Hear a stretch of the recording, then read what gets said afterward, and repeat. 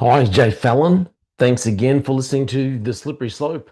Got my eyes straight ahead, got my head in the game. With the red light on, I'm just waiting for the change. Keep my head down low. So let's discuss a bit of government overreach, not just here in Australia, but we've got Canada, the United States. It seems like religious freedom, not it seems like, it is. Religious freedom is under attack, and government is overreaching. And yet everyone is just allowing it to happen. We are just in this daze, just sitting there, standing, or head maybe buried in the sand, just thinking, oh no, everything will be okay. It's all good. We have situations where parents have given up their rights, given up their duty to actually parent. I was having a conversation with someone just yesterday. We were talking about children and behavioral issues, and also how this person was saying, well, the government needs to do this, the government needs to implement this person needs this kind of help. I suggested that maybe the real issue is that parents are not being parents. Now, this person was constantly, oh, you're talking about discipline. They need to discipline. I said, no, no, it's not discipline. Parents, from the day your child is born, you are the child's teacher.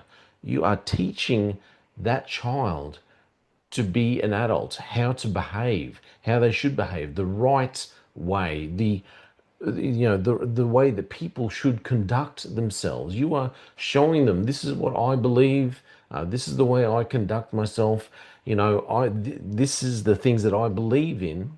Now, you don't have to go along with everything, but this is the way we behave in society. You are teaching them how to live and how to live safely in society. If you're helping guide them and mold them into adulthood, when you can finally release them and let them go, and they will be free to make all their decisions. But along the way of teaching them, all the way from very early childhood, and you slowly take guide them less and less, and they're learning to make decisions for themselves along the way. So I'm telling this person, no, it's not discipline. It's helping children be disciplined in their life so they can be creative and successful and industrious and help the rest of humanity, help guide the rest of the world, help go out and be involved in the rest of the world and not be a burden. You need to be a parent. Now, unfortunately, it seems like we have a government that's decided, well, and it's not just the government's fault. We've allowed this to happen because we don't take responsibility. We don't parent, and we've put it on the government. Hey, can you parent for us? Can you make the decisions that we need to make? Australia now has our new social media ban coming into effect. I believe it's actually today. I'm going to read for you just a part of what it says on the esafety.gov.au website. It says social media age restrictions. The Australian government is protecting young Australians. I mean, you can't argue with that. They're doing it for the benefit of the children. The benefit of the children. That's what they're doing it for. It says the Australian government is protecting young Australians at a critical stage of their development through world first social media age restrictions. From 10th of December, which, like I said, is today when I'm doing this, age restricted social media platforms will have to take reasonable steps to prevent Australians under the age of 16 from creating or keeping an account. The restrictions aim to protect young Australians from pressures and risks that users can be exposed to while logged into social media accounts. These come from design features that encourage them to spend more time on screen while also serving up content that can harm their health and well-being. Now, I do agree with a lot of what they're saying. However, it takes all of the responsibility. The onus is not on parents to be parents.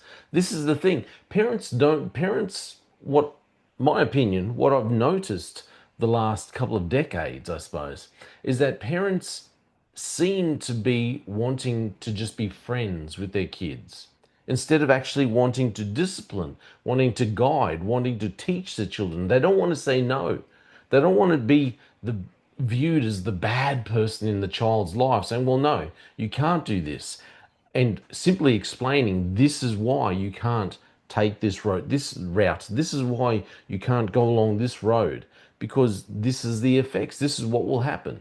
You they don't want to guide, they don't want to actually be parents, be the teachers that they're supposed to be.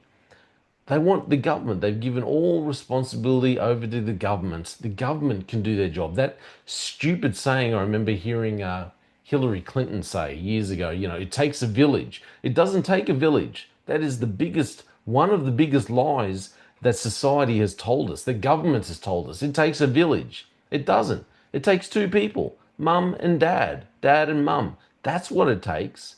It doesn't take a village. People need to step up, take responsibility for their own children,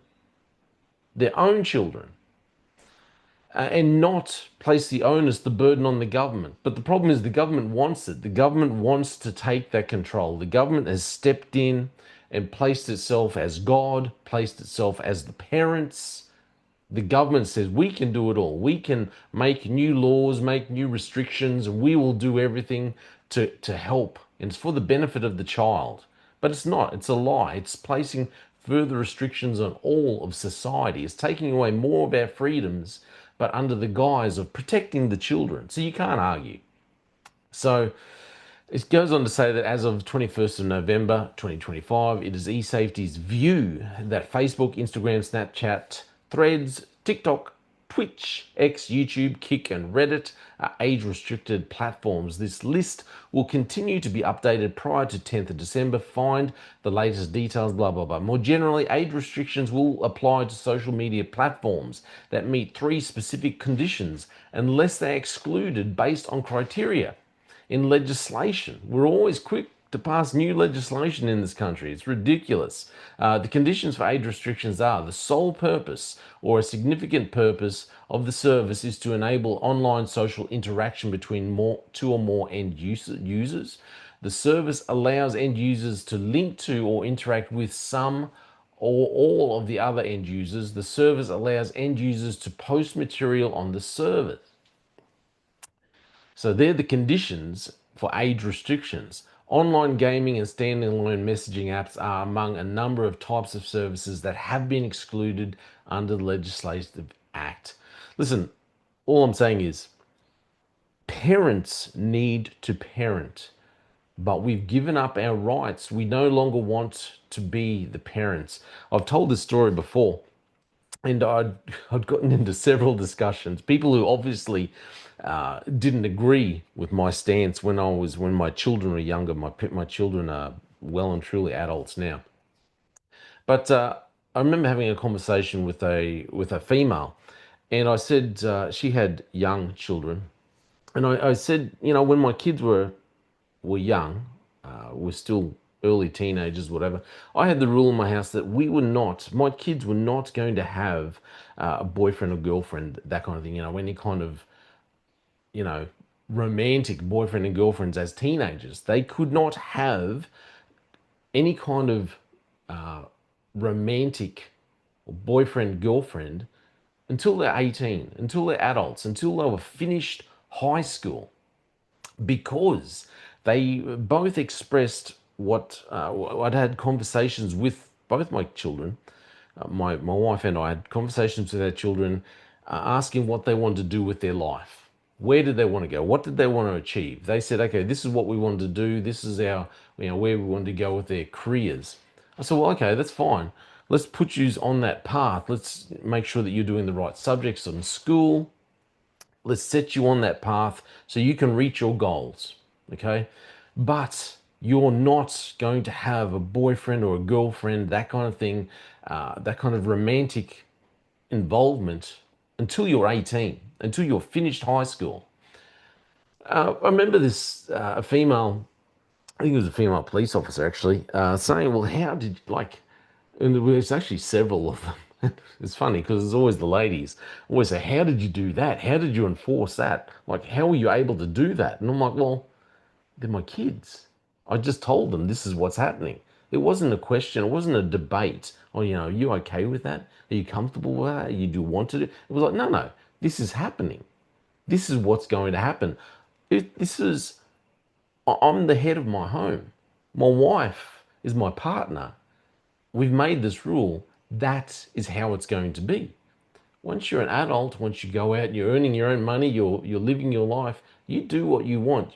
I've given you the tools to the best of my ability to live your life, to make good, conscientious decisions, and it's up to you. But until that time, I will guide you. I will set guidelines, I will set restrictions, I will make rules. You keep guardrails up to help your kids not go off track. This wasn't some kind of punishment. I didn't want them. I've seen far too many kids, 13, 14, 15-year olds.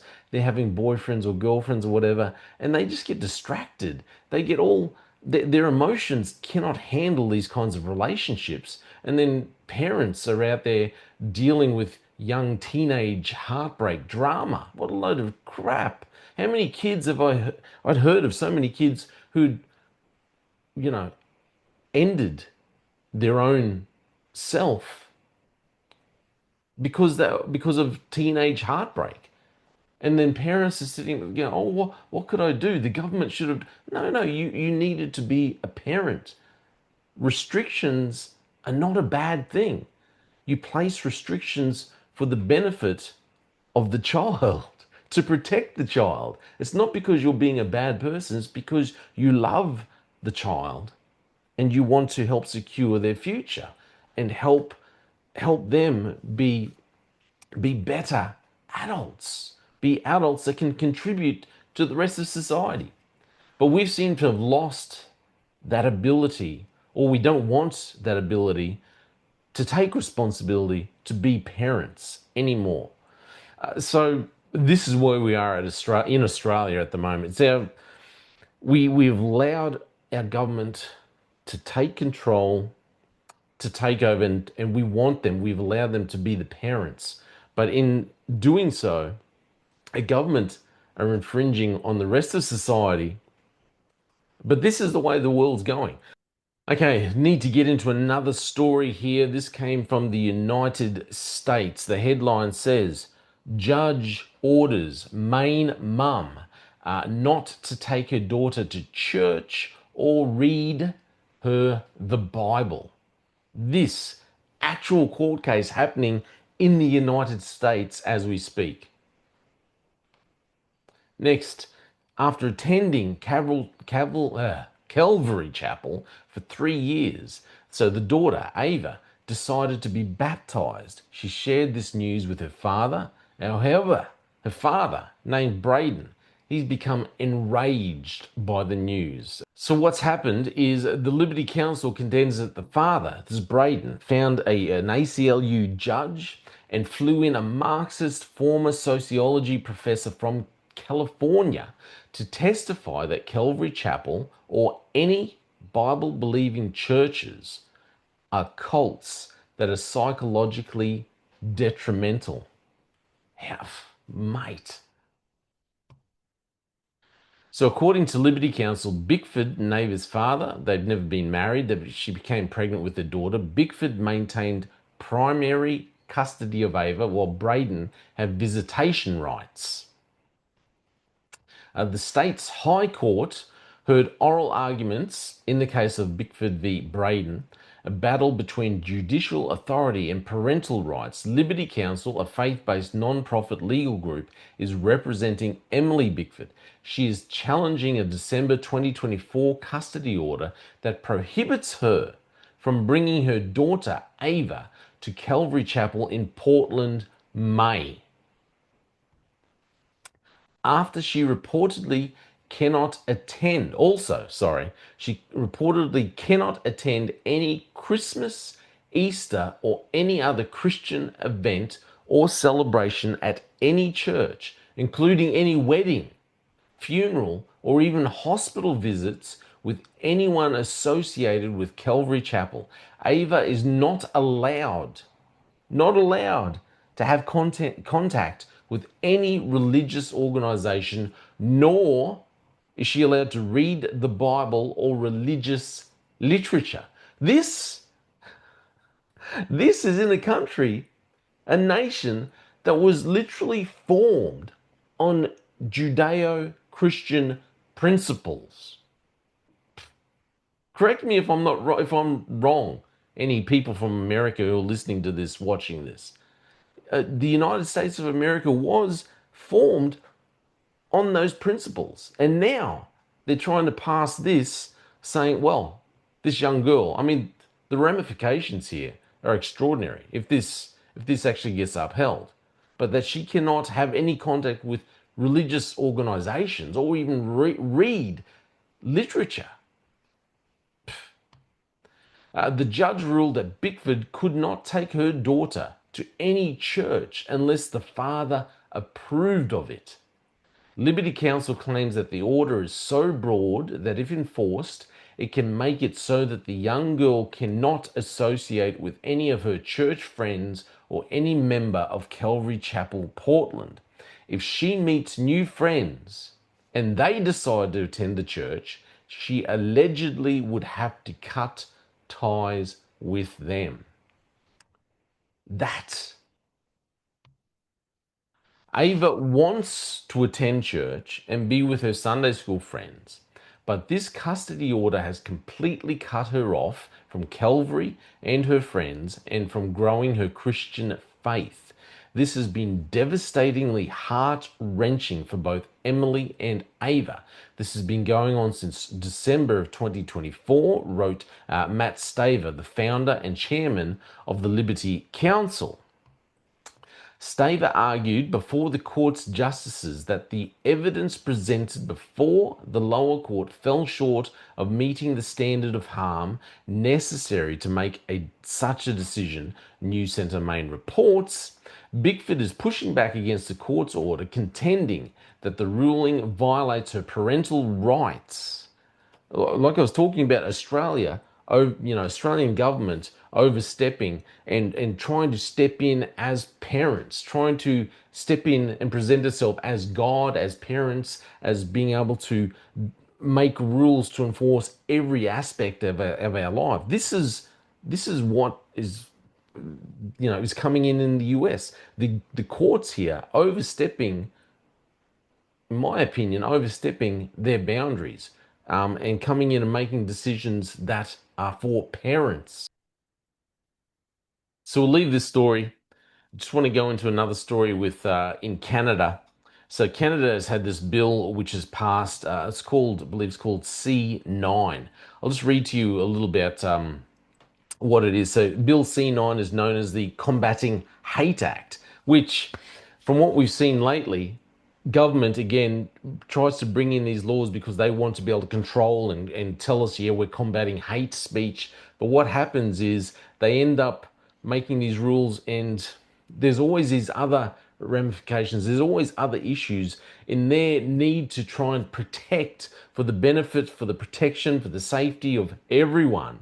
They deem everything as hate speech. So it says, yes, combating hate speech aims to amend the Criminal Act to address hate propaganda, hate crimes, and access to religious or cultural places in Canada. It was introduced to enhance protections against hate-motivated conduct and to create new criminal offences related to hate propaganda and obstruction of access to protected spaces.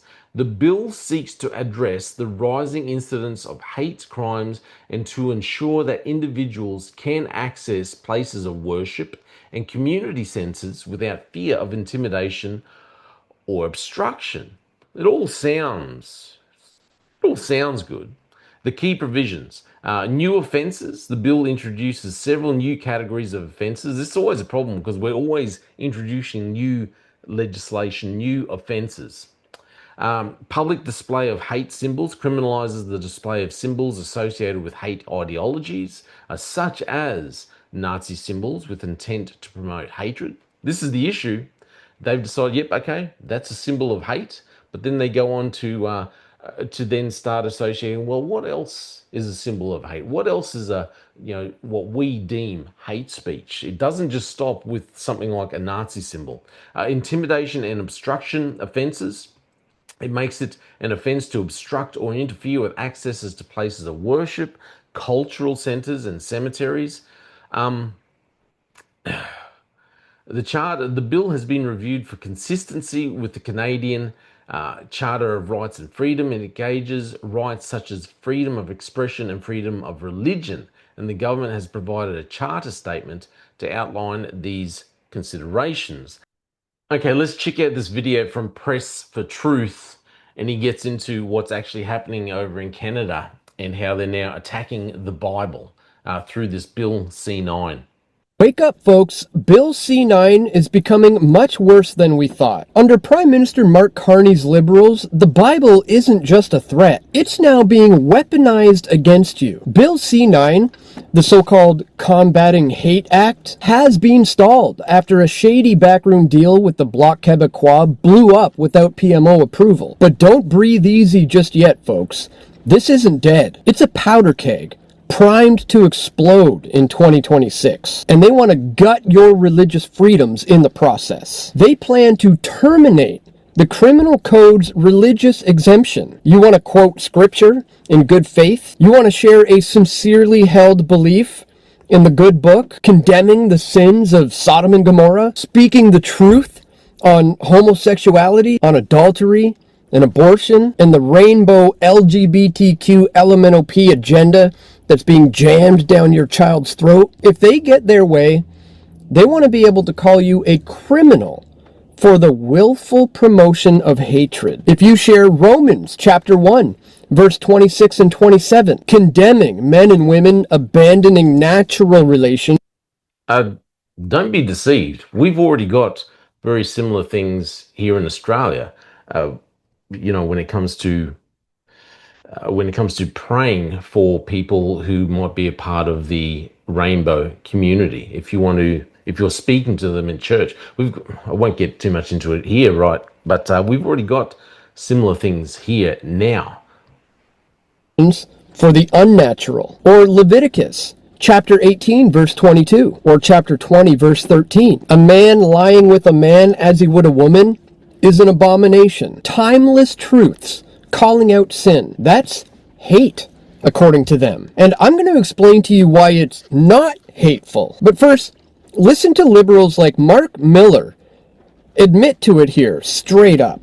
If someone were literally invoking a passage from, in this case, the Bible, but there are other religious texts that say the same thing, and somehow say that this is good faith. I mean, clearly there are situations in these texts where these statements are hateful. They should not be used to invoke or be a defense, and there should perhaps be discretion for prosecutors to press charges.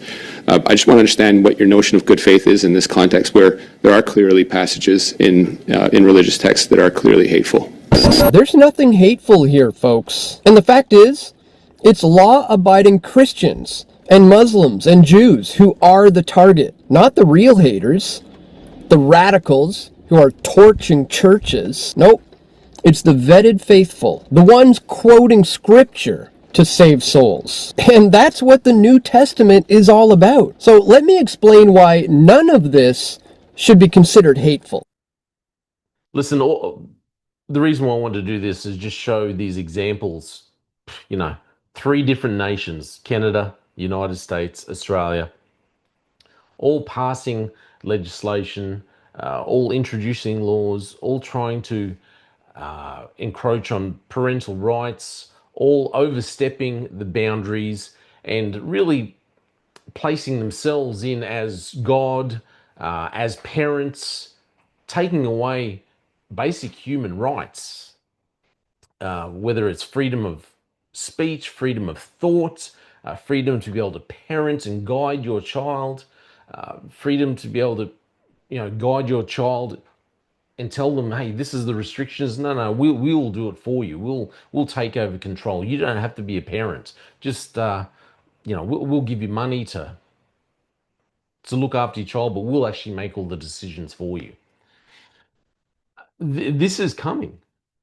And I think we should push back. We should definitely push back. We should definitely protest these things, write to our ministers if we can, local MPs and this kind of thing.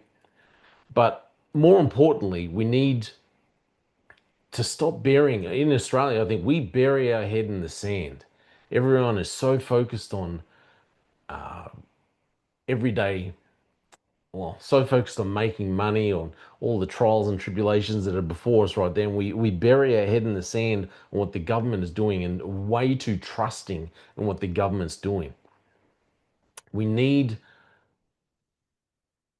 to understand that, especially Western governments right now, are treating the Bible, treating the Christians as an enemy.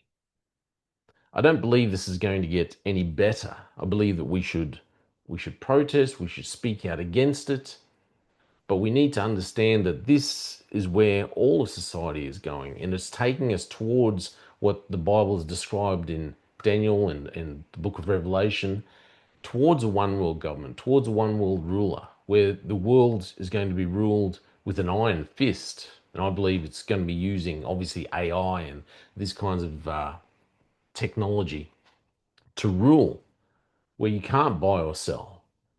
But this is all just snowballing. Everything is coming in where the government is constantly pushing back, pushing the boundaries, pushing where it should be, and placing itself as God, placing itself as the parents, taking responsibility for every aspect of our lives.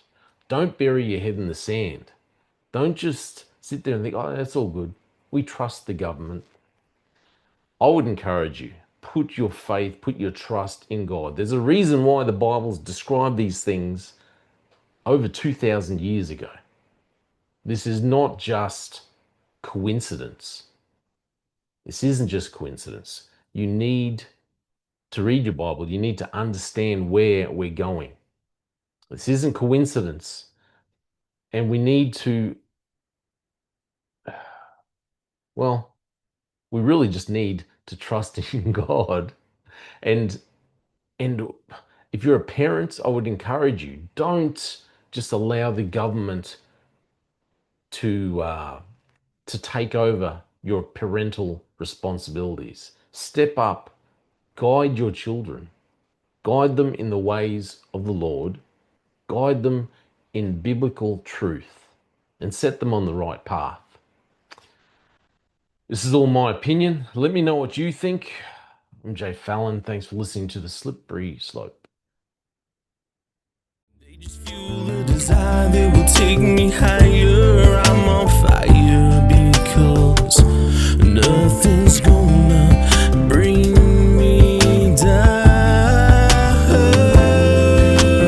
Nothing's gonna bring me down. Nothing's gonna stop me now. No one deals to be done. No one's selling out my soul just to focus on the goal.